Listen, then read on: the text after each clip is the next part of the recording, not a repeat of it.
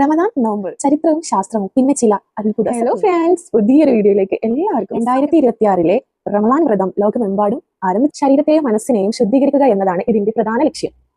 ഇസ്ലാം മതത്തിൽ മാത്രമാണോ ഇതുപോലെ നോമ്പുള്ളത്? ഒരിക്കലുമല്ല. ലോകത്തിലെ മിക്കവാറും എല്ലാ മതങ്ങളിലും വ്രതാനുഷ്ഠാനങ്ങൾക്ക് വലിയ സ്ഥാനമുണ്ട്. ആത്മീയതയിലേക്കുള്ള ഒരു വഴി മാത്രമായാണ് ഇതിനെ എല്ലാ മനുഷ്യരും കാണുന്നത്.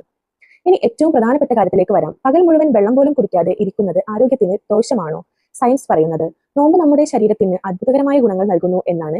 സയന്റിഫിക്കായി ഇന്റർമിറ്റന്റ് ഫാസ്റ്റിംഗ്, നോമ്പ് നോൽക്കുമ്പോൾ ശരീരത്തിൽ നടക്കുന്ന ഏറ്റവും വലിയ അത്ഭുതമാണിത്. നമ്മൾ ഭക്ഷണം കഴിക്കാതിരിക്കുമ്പോൾ കോശങ്ങൾ അവയിലെ കേടുവന്ന ഭാഗങ്ങളെയും മാലിന്യങ്ങളെയും സ്വയം നശിപ്പിച്ച് പുതിയവ ഉണ്ടാക്കുന്നു. ഇത് ക്യാൻസർ പോലെയുള്ള വലിയ അസുഖങ്ങളെ പ്രതിരോധിക്കാൻ സഹായിക്കും. തലച്ചോറിൽ പ്രോട്ടീൻ ഉൽപ്പാദിപ്പിക്കപ്പെടുന്നു. ഇത് ഓർമ്മശക്തി വർദ്ധിപ്പിക്കാനും ഡിപ്രഷൻ കുറയ്ക്കാനും തലച്ചോറിനെ കൂടുതൽ ഷാർപ്പാക്കാനും സഹായിക്കുന്നു. ഇൻസുലിൻ ലെവൽ കൃത്യമാക്കാനും ഹൃദയാരോഗ്യം മെച്ചപ്പെടുത്താനും വ്രതം സഹായിക്കുന്നു. നമ്മൾ വിശന്നിരിക്കുമ്പോഴാണ് ലോകത്ത് ഒരു നേരത്തെ ഭക്ഷണത്തിന് വകയില്ലാത്ത പാവപ്പെട്ടവന്റെ വിശപ്പിന്റെ വില നമ്മൾ ശരിക്കും മനസ്സിലാക്കുന്നത്. അവരോട് കൂടുതൽ കരുണ കാണിക്കാൻ ഇത് നമ്മളെ പഠിപ്പിക്കുന്നു. ജാതിമത ഭേദമന്യേ എല്ലാവരും ഒന്നിച്ചിരുന്ന് ഭക്ഷണം കഴിക്കുന്ന ഒരു കാഴ്ച നമ്മുടെ നാട്ടിലെ ഏറ്റവും സൗഹാർദ്ദത്തിന്റെ പ്രതീകമാണ്.